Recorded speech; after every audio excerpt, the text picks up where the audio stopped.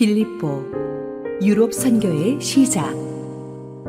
사도행전 16장 11절에서 26절 말씀입니다. 우리가 드로아에서 배로 떠나 사모드라게로 직행하여 이튿날 네아폴리로 가고 거기서 빌립보에 이르니 이는 마게도냐 지방의 첫 성이요 또 로마의 식민지라. 이 성에서 수일을 유하다가 안식일에 우리가 기도할 곳이 있을까 하여 문밖 강가에 나가 거기 앉아서 모인 여자들에게 말하는데, 두아디라 시에 있는 자색옷감 장사로서 하나님을 섬기는 루디아라 하는 한 여자가 말을 듣고 있을 때 주께서 그 마음을 열어 바울의 말을 따르게 하신지라. 그와 그 집이 다 세례를 받고 우리에게 청하여 이르되, 만일 나를 주 믿는 자로 알거든 내 집에 들어와 유하라 하고 강권하여 머물게 하니라. 우리가 기도하는 곳에 가다가 점치는 귀신 들린 여종 하나를 만나니 점으로 그 주인들에게 큰 이익을 주는 자라. 그가 바울과 우리를 따라와 소리 질러 이르되, 이 사람들은 지극히 높은 하나님의 종으로서 구원의 길을 너희에게 전하는 자라 하며 이같이 여러 날을 하는지라.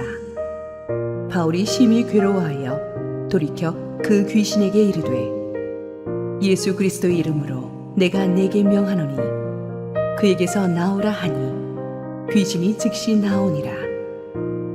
여종의 주인들은 자기 수익의 소망이 끊어진 것을 보고 바울과 실라를 붙잡아 장터로 관리들에게 끌어갔다가 상관들 앞에 데리고 가서 말하되, 이 사람들이 유대인인데 우리 성을 심히 요란하게 하여 로마 사람인 우리가 받지도 못하고 행하지도 못할 풍속을 전한다 하거늘 무리가 일제히 일어나 고발하니 상관들이 옷을 찢어 벗기고 매로 치라 하여 많이 친 후에 옥에 가두고 간수에게 명하여 든든히 지키라 하니, 그가 이러한 명령을 받아 그들을 깊은 옥에 가두고 그 발을 착고에 든든히 채웠더니 한밤중에 바울과 실라가 기도하고 하나님을 찬송하며 죄수들이 듣더라.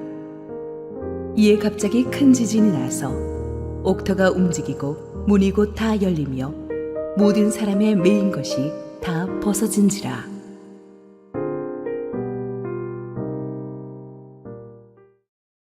우리 함께 기도하시고 우리 기적의 땅 시리즈 마지막 말씀 보겠습니다. 사랑하는 아버지, 은혜를 감사합니다. 오늘 우리가 살아있음이 은혜요, 예배할 수 있음이 은혜임을 믿습니다. 부족한 종에게 설교할 힘을 주시고 붙들어 주시고 오직 주님만 영광 받으시옵소서. 예수님 이름으로 기도했습니다. 아멘.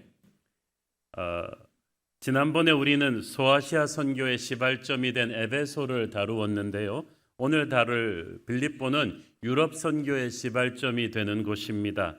사실 바울은 처음에는 아시아로 가고 싶었죠. 그렇지만 계획을 다 세워놨는데 성령께서 막으시고 항구 도시 드로아로 데리고 가시더니 거기서 건너와 우리를 도우라는 마게도냐 사람의 환상을 보게 되었습니다. 그래서 바울은 처음에 자기가 가고 싶고 계획했던 아시아 선교의 문이 닫혀서 낙심하고 있다가 하나님께서 열어주시는 유럽이라는 새로운 문을 보게 되었습니다.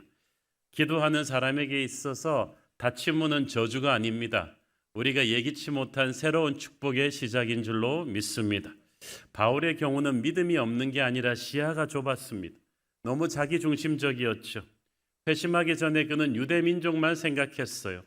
회심하고 나서 비로소 이방인 선교를 어렴풋이 가슴에 품기 시작했는데 1차 전도 여행 때까지만 해도 자기가 익숙한 중동과 소아시아 지역만 품었어요.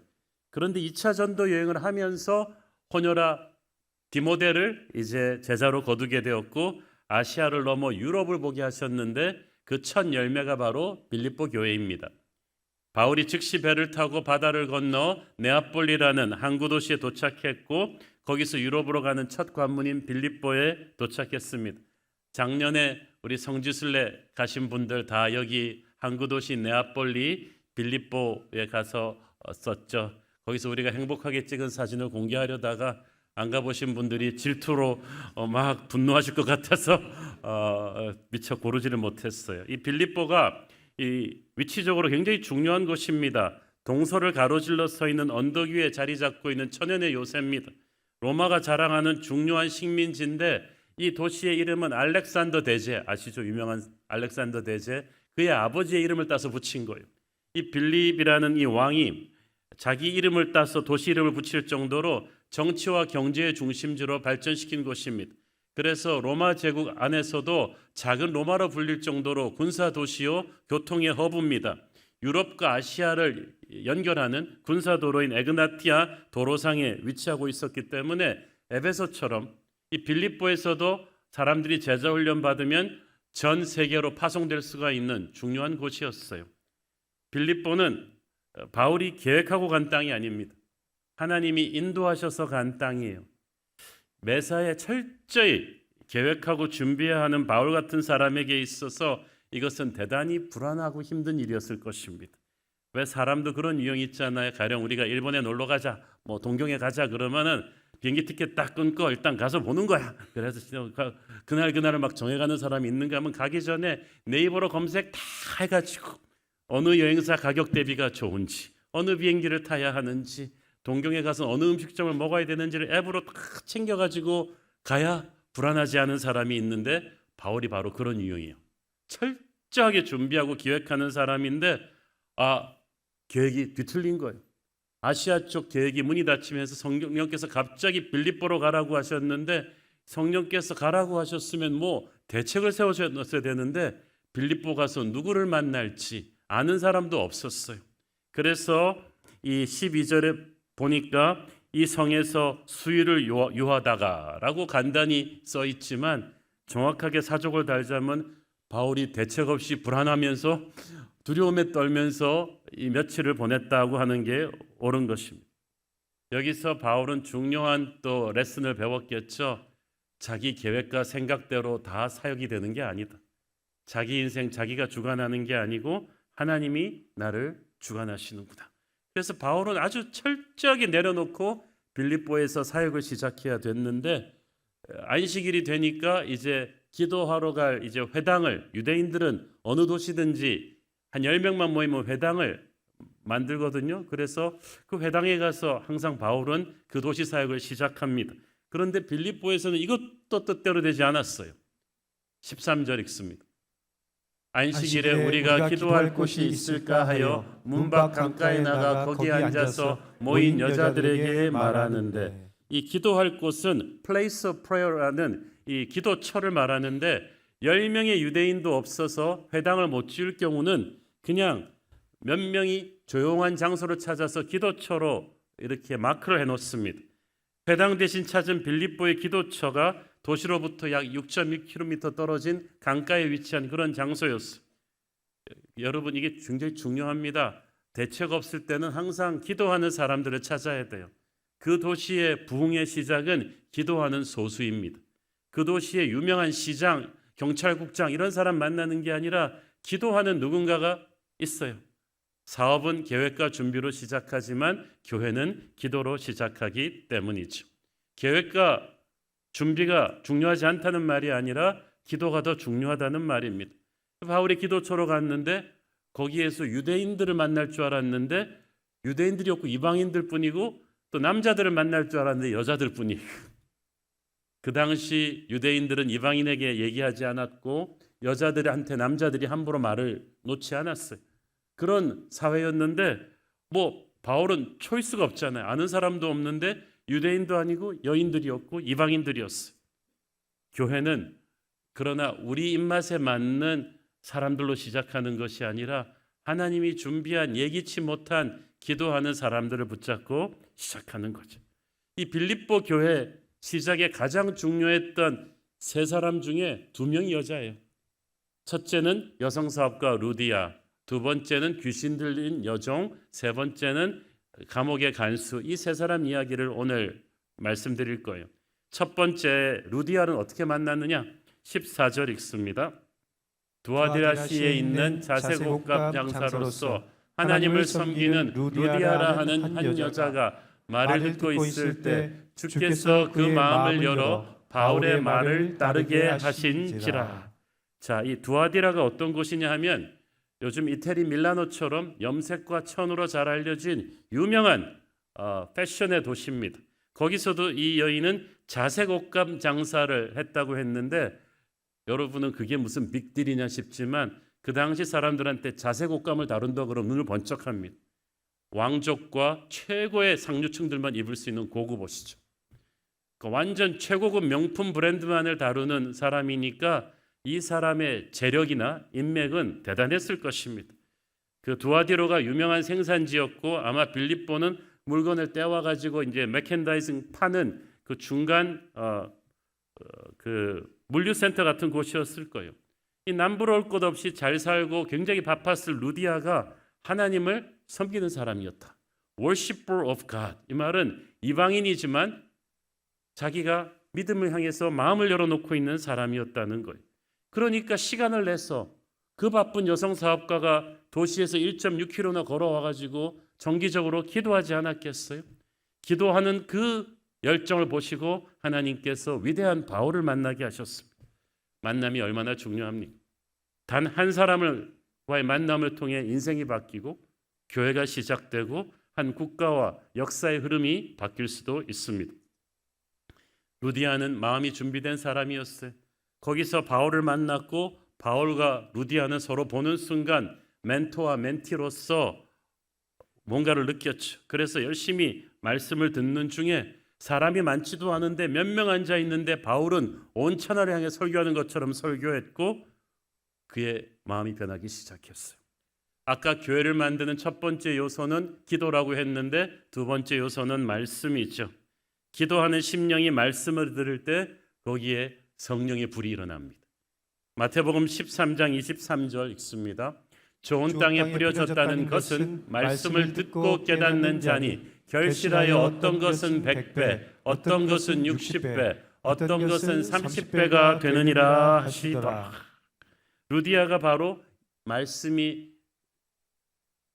뿌리 내릴 수 있는 좋은 토양이었어요. 우리는 많은 경우 말씀의 씨를 뿌리지 않고 부흥의 열매만을 거두려고 하는데 그게 그렇게 되지 않습니다. 태초에 이 세상도 하나님의 말씀의 씨앗이 뿌려짐으로써 시작되었고 한 도시의 교회가 세워지는 것도 말씀의 씨앗이 누군가의 마음에 뿌리 내려서 시작하는 거예요. 주께서 그 마음을 열었다고 했어요. 설교는 바울이 했지만 하나님께서 그 설교를 통해 루디아의 마음을 움직이셨습니다. 주님이 마음을 움직이시니까 바울의 말을 따르게 하신지라. 영어성에 보니까 she responded to Paul's message. 그 말은 말씀을 들었지만 그녀는 반응했다. 그 말씀을 받았다는 뜻이죠. 너무나 바쁘고 치열하게 인생을 살아왔던 여성 CEO 빌립보에 앞서가는 여성 루디아가 그날 복음을 듣고 예수님을 믿기로 결심했습니다. 그녀의 인생에 있어서 천지가 개벽한 거죠. 교회는 이렇게 말씀 듣고 준비되고 변화받은 사람들에 의해서 시작되고 성장되어 갑니다. 내가 아는 사람 대충 끌어모은 게 아니라 기도와 말씀을 통해 하나님이 예비하신 사람들이 시작하는 것이 교회다라는 거죠. 15절 읽습니다. 그와 그 집이 다 세례를 받고 우리에게 청하여 이르되 만일 나를 주 믿는 자로 알거든 내 집에 들어와 유하라 하고 강권하여 머물게 하니라. 자, 그 가족이 다 함께 세례를 받았다. 이게 중요합니다. 성경에서 예수님이 한 사람을 구원하실 때 항상 하는 말씀이 있어요. 너와 내 집이 구원을 얻을 것이다. 그래서 성경에서의 구원 사건은 많은 경우 패밀리 패키지예요. 가족 전체가 받는 것입니다. 이게 이제 선교단체랑 교회가 다른 점이죠. 교회는 어떤 특정 연령층에 집중하는 선교단체와는 달리 아버지, 어머니, 아이들, 할아버지, 할머니, 가정 전체가 모이는 것이 교회예요. 변화받은 가정들이 모인 곳이 교회인데 루디아는 그 한 사람이 시작했지만 루디아를 통해서 그 가문 전체가 예수를 믿었습니다. 여리고의 기생 라합이 한 사람이 그 천대받던 인생 한 사람이 예수를 믿으니 그 가족 전체가 믿음의 명문가가 되죠. 저는 여러분이 여러분의 가정 전체를 구원하는 축복의 시발점이 될 줄로 믿습니다. 잘 사는 사람이니까 루디아가 자기 집을 오픈해서 바울 일행을 초청하고 친구들 다 모여서 또 잔치를 벌이고 거기서 바울이 또 설교했겠죠. 그렇게 해서 빌립보 교회가 시작이 된 거죠. 저도 오래전에 부목사 시절에 이렇게 여성 CEO들 정말 바쁜 분들 데리고 성경 공부해 본 적이 있는데 정말 그들이 그 바쁜 시간 쪽에서 열심히 말씀 듣고 변하고 가정이 변하는 것을 목도한 적이 있습니다. 그 중에 또 많은 분들이 또 우리 새로운 교회 개척에 참여하기도 했는데 그 빌립보의 여성 CEO 루디아가 그 빌립보의 1호 신자였죠. 그런 놀라운 역사가 있는 과정에서 또 영적인 공격이 왔어요. 16절 읽습니다. 우리가 기도하는 곳에 가다가 점치는 귀신 들린 여종 하나를 만나니 점으로 그 주인들에게 큰 이익을 주는지라. 이 빌립보에 유명한 점치는 여종이 있었는데 진짜 신접해서 점을 쳤어요. 귀신의 힘으로 점을 치니까 용하게 인간의 기륭 화복을 맞추는 거예요. 그렇지만 예수님을 믿고 나면 이게 통하지를 않아요. 예수님을 믿고 나면 예수를 안 믿는 흑암의 권세 밑에 있던 사람들에게는 운명이 읽힐지 몰라도 예수를 믿고 나는 그 순간 어떤 어둠의 권세도 여러분의 운명으로부터 어떻게 할 수가 없어요. 저주받을 운명도 예수께서 축복으로 바꾸시고 여러분의 인생을 새롭게 쓰시기 때문에 그때부터는 안 통해요. 그래서 예수 믿는 사람이 가면 진짜 신접해서 무당이 굿할 때는 굿을 못합니다. 예수 믿는 사람이 갔는데도 그 무당이 굿할 수 있다. 무당이 가짜거나 예수 믿는 사람이 가짜거나 둘 중에 하나. 제가 아는 초등학생은 예수 믿은 지 일주일 만에 동네 구판 구경 갔다가 무당이 칼 꽂고 못하겠다 그랬어. 비명을 지르면서 예수 믿는 사람 나가라 그랬어. 일주일밖에 안 된 초등학생이지만 진짜니까. 근데 빌립보의 이 종이 그랬던 것 같아요. 귀신 들려서 점을 잘 치니까 돈을 많이 벌었고 이 돈을 나눠 가지는 주인들이 있었던 것 같아요. 못된 사람들이죠. 그들은 탐욕에 눈이 멀어서 이 가엾은 여자아이를 종으로 삼아 돈벌이를 하고 있었는데 이 여자아이를 장악하고 있던 귀신이 바울이 나타나는 순간에 비명을 지르기 시작했어. 그리고 바울을 따라다니면서 소리 지릅니다. 17절 읽습니다. 그가 바울과 우리를 따라와 소리질러 이르되 이 사람들은 지극히 높은 하나님의 종으로서 구원의 길을 너희에게 전하는 자라 하며 참 바울의 홍보대사 역할을 아주 착실하게 해주고 있죠. 지극히 높은 하나님의 종이다. 그는 구원의 길을 너희에게 전하는 자라. 진짜가 왔으니까 가짜가 놀란 거지. 우리의 영적인 실력을 천사들 다음으로 잘 알아보는 게 귀신이죠. 하나님의 사람이 나타나니까 이 귀신 들린 여종이 막 비명을 지르면서 몇 날 며칠을 바울을 따라다녀요. 아니 바쁠 텐데 왜 이렇게 따라다녔을까? 점치기 위해 손님들이 줄을 섰을 텐데 점을 못 치니까 그렇죠. 하나님의 사람이 그 공간 안에 들어오면요, 어둠의 권세가 패닉합니다. 막 어떻게 할 줄을 몰라요. 그러니까 견딜 수 없어서 바울이 나갈 때까지 쫓아다니며 비명을 질렀는데 또 한 가지 이유는 이 여종이 그래도 정신이 온전한 정신이 조금 남아 있어가지고 정신이 돌아올 때마다 자기를 좀 악한 귀신에게 자유케 해달라고 바울에게 호소한 것입니다. 이걸 몇 날 며칠을 돌아다니면서 하니까 바울이 너무나 힘들었어. 그리고 이 여종이 너무나 가엾게 여겨졌습니다. 18절 읽습니다. 이같이 여러 날을 하는지라 바울이 심히 괴로워하여 돌이켜 그 귀신에게 이르되 예수 그리스도의 이름으로 내가 네게 명하노니 그에게서 나오라 하니 귀신이 즉시 나오니라. 할렐루야. 예수 그리스도는 모든 이름 위에 뛰어난 이름이신 줄 믿습니다. 우리가 성령에 사로잡혀 그의 이름을 온전히 선포할 때 어떤 귀신도 쫓아낼 수 있는 영적인 권세가 저와 여러분에게 주어져 있는 줄 믿습니다. 귀신이 쫓겨나가니까 빌립보 교회에는 하나님의 영광이 강렬하게 나타났습니다. 주님의 영광이 나타나면서 그 여자아이는 죽음에서 살아났어. 여러분, 교회가 처음 세워질 때는 그 지역의 어둠의 권세들의 영적인 공격이 옵니다. 그래서 기도를 많이 하고 가서 담대하게 그 어둠의 권세를 쫓아낼 때 하나님께서 승리를 선포하시고 그곳에 새로운 역사를 이루시는 줄 믿습니다. 이 여종은 그동안 얼마나 비참하게 살았겠어요. 수많은 사람들에게 점을 쳐주고 돈을 벌어도 한 푼도 자기가 못 가지고 나쁜 주인들이 간신히 먹을 것만 주고 이 여자 종을 착취하면서 돈 벌어 먹는 그런 수단으로 삼았어요. 그러나 그날 그 아이에게 자유가 왔습니다. 이 아이는 이제 정신을 되찾고 행복한 인생을 살게 되었어요. 반면에 그 여종 주인들은 화가 났죠. 이 아이가 살아난 것에 대해서, 새롭게 된 것에 대한 전혀 관심이 없고 이제 자기들 돈벌이 수단이 끊겼다. 이것만 막 화가 나가지고 아기같이 달려들어서 바울과 실라 일행을 붙들었어요. 관리들에게 끌고 가가지고 말도 안 되는 논리로 바울을 모함했죠. 그러니까 이미 그들에게 뒷돈을 많이 받고 있던 지역 관리들은 안 죽을 정도까지, 여러분 정의는 없어요. 정의는 힘 있는 자들의 편이죠. 그래서 안 죽을 정도로 로마군의 채찍질은 잔인합니다. 그렇게 때린 다음에 기절한 바울과 실라를 감옥에 던져 넣었습니다. 여러분 우리가 성지순례 갔을 때 이 감옥 봤죠? 여러분들 이게 서울구치소처럼 시설 좋은 데가 아니에요.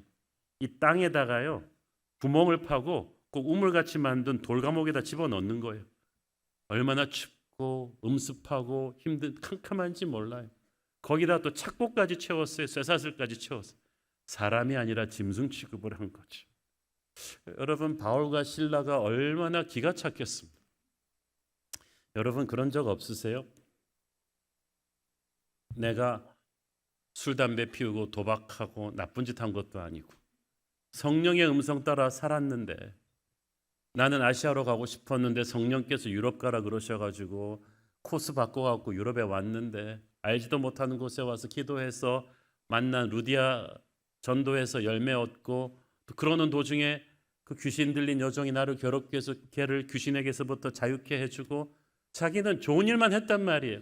이거 하나님의 역사인가 싶어서 했는데 자기에게 돌아온 건 칭찬과 박수가 아니라 이런 억울한 매질과 그 감옥에 투옥되는 거니까 얼마나 분했겠어요. 여러분의 인생에 이런 이해할 수 없는 억울함이 몰려왔을 때 여러분은 어떻게 돌파해야 합니까? 25절 읽습니다.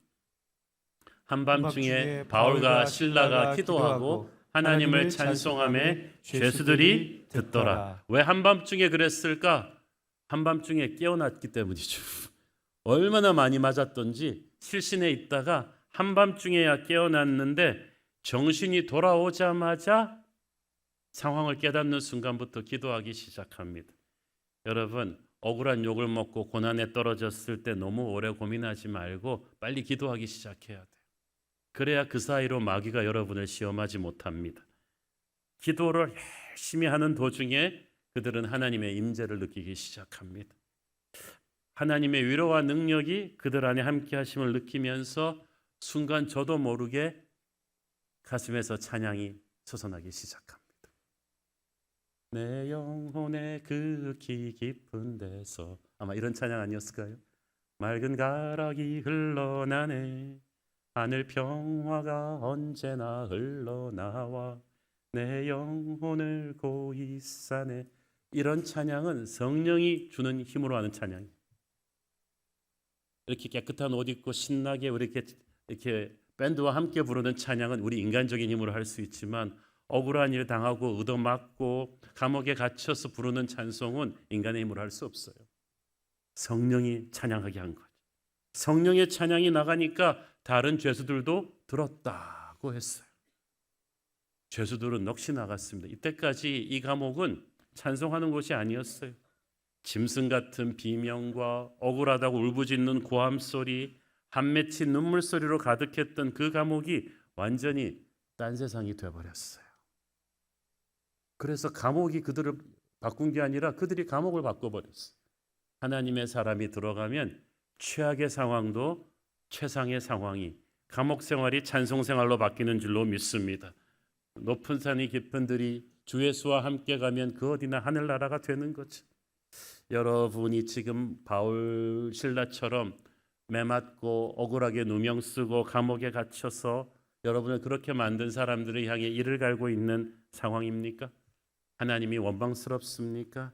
이때 생각을 복잡하게 하지 말고 기도하시기 바랍니다. 기도 열심히 하다가 어느 순간부터 찬양하시기 바랍니다. 예수님으로 인해 고난받을 때 기도하고 찬양하면요, 그때부터 하나님께서 역사하기 시작합니다. 놀라운 일이 생겼어요. 여러분이 불평하고 원망하면 마귀 때가 오는데 여러분이 찬양하면 예수님이 오시고 천사들이 옵니다. 26절 읽습니다. 이에 갑자기 큰 지진이 나서 옥토가 움직이고 문이 곧다 열리며 모든 사람의 매인 것이 다 벗어진지라. 자, 바울이 탈옥시켜달라고 기도하지 않았어요. 옥문을 열어달라고 기도하지 않았어요. 지진을 일으켜달라고 기도하지도 않았는데 지진이 나고 감옥 문이 열리고 착고가 풀립니다. 이거 굉장히 이상한 지진이에요. 원래 지진 나면 다 무너져도 다 죽어야 되잖아요. 그런데 지진은 났는데 건물은 그대로 있고 사람 하나도 안 다치고 감방문과 착고만 열리는 미션 임파서블에 나오는 지진이 이런 지진은 천사의 손길이죠. 예수님의 임재죠.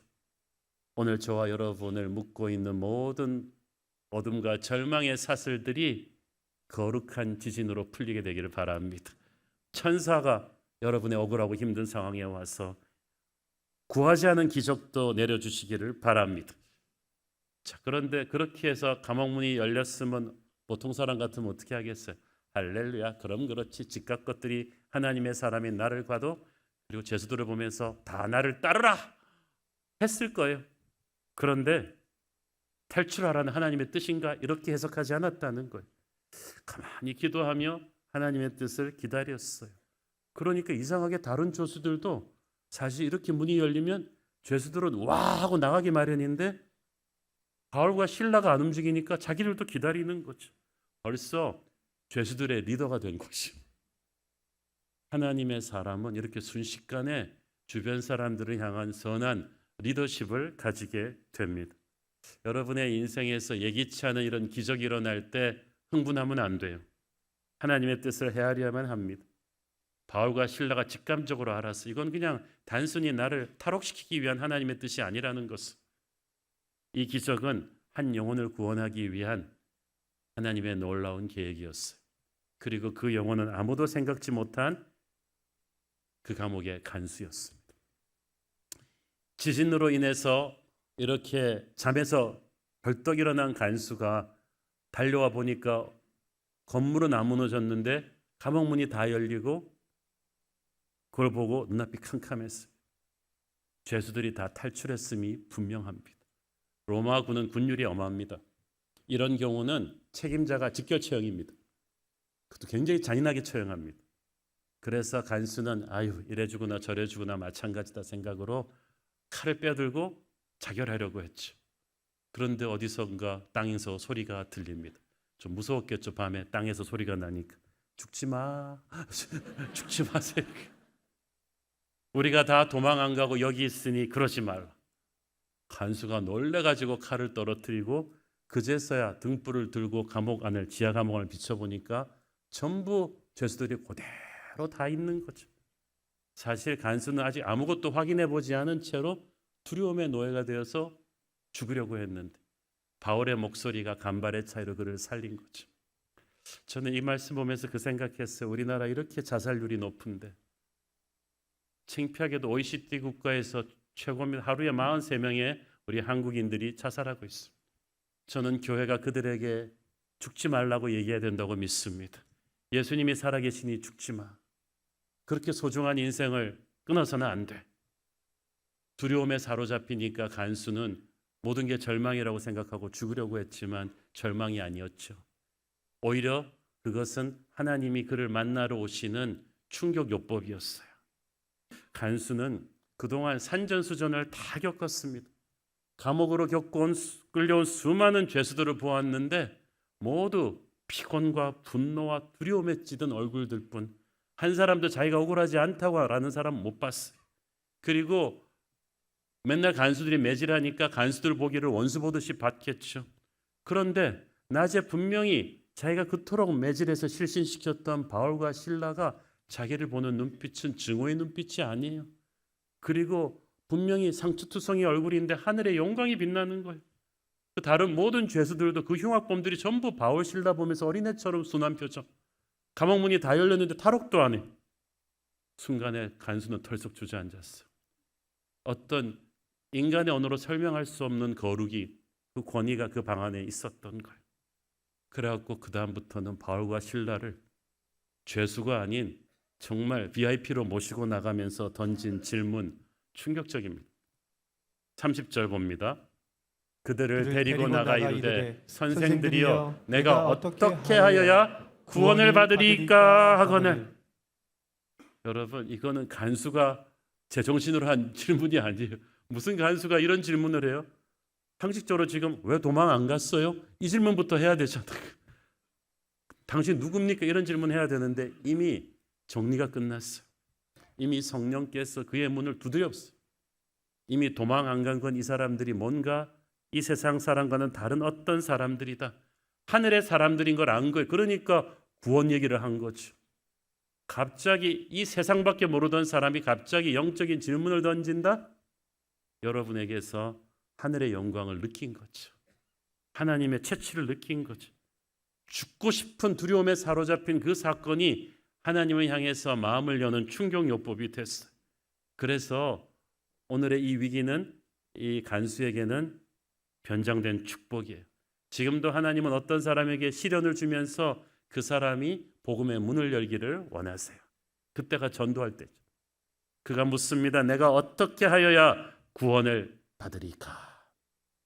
이것은 수많은 문제들 속에 신음하는 인간이 던지는 절박한 질문인데 그에 대한 답은 분명했죠.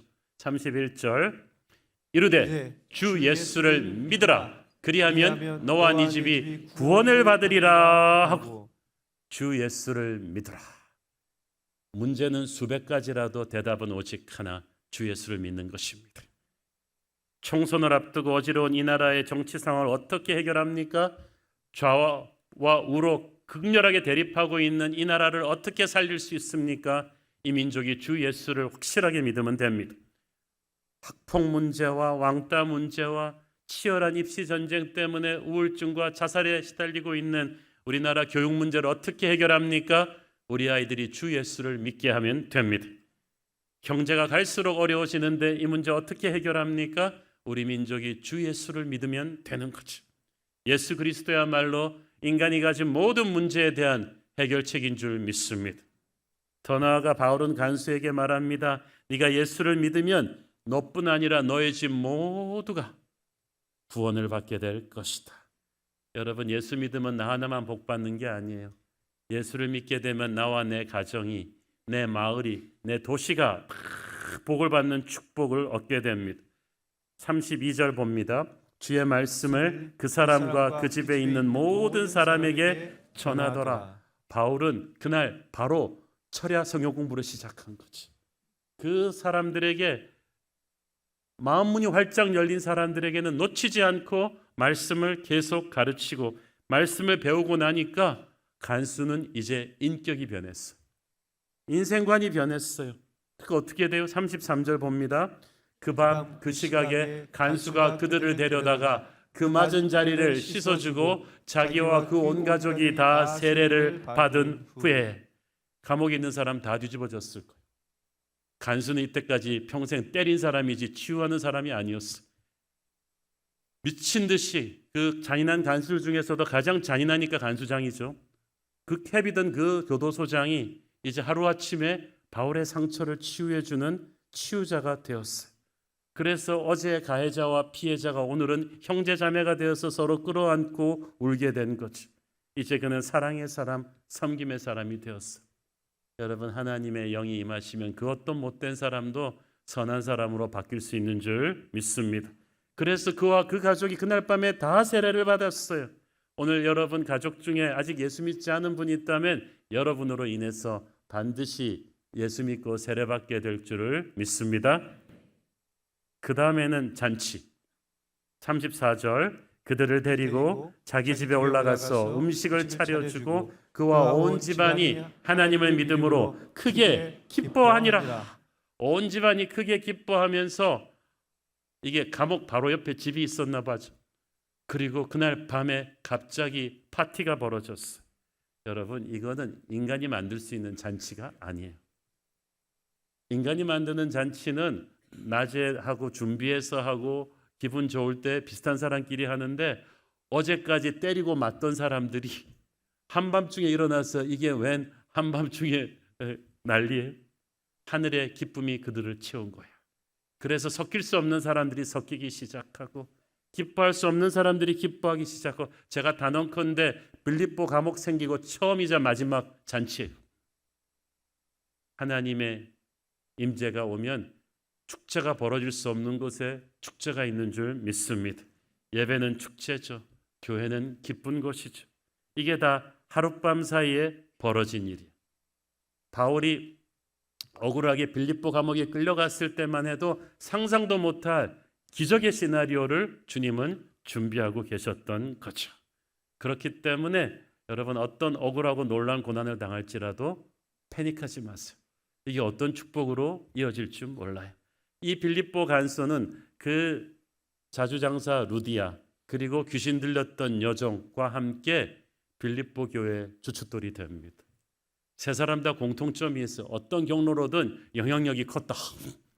루디아는 상류층 사람들 많이 알았고, 귀신 들린 여종은 온 동네 점을 다 쳐줬기 때문에 자기가 점 쳐준 모든 사람들한테 다시 전도할 수 있고, 간수는 한 번쯤 감옥 들어갔다 나온 사람은 다 아는 사람이, 이 세 사람이 빌립보 교회의 시작이 되는 거예요. 단 하루 만에 이 모든 일이 다 일어났어요. 여러분, 빌립보 교회는요, 바울이 전혀 예측치 못했던 방향으로 사방으로 튀다가 이렇게 시작되었어요. 아시아로 가려던 바울이 성령의 인도하심으로 이 도시에 온 것도 계획이 없는 건데, 이 도시 각각 다른 장소에서 사건처럼 만난 이 세 사람들이 빌립보 교회 주춧돌이 될 줄을 바울이 꿈에도 생각했겠어요? 기적은 내가 계획하고 준비해서 오는 게 아니라 우리가 하나님의 인도하심에 내 뜻대로 안 돼도, 낙담이 되고 실망이 돼도 주님이 열시는 문으로 이것저것 가면서도 매 순간 순종할 때, 최선을 다할 때 생각지도 않게 은혜의 지뢰처럼 터지는 거죠. 빌립보가 바로 그런 기적의 땅이었습니다. 그들이 부흥의 시작이 되었어요. 저와 여러분도 바로 그렇습니다. 부흥의 시작, 도시를 바꾸는 부흥의 시작, 교회를 바꾸는 부흥의 시작, 내 뜻대로 안 될 때 주가 일하시는 기적 속에서 시작된 빌립보 교회, 그것이 저와 여러분의 역사일 줄로 믿습니다. 늘 성령에게 오픈되어 계십시오. 성령께서 여러분을 놀랍게 인도하실 것입니다.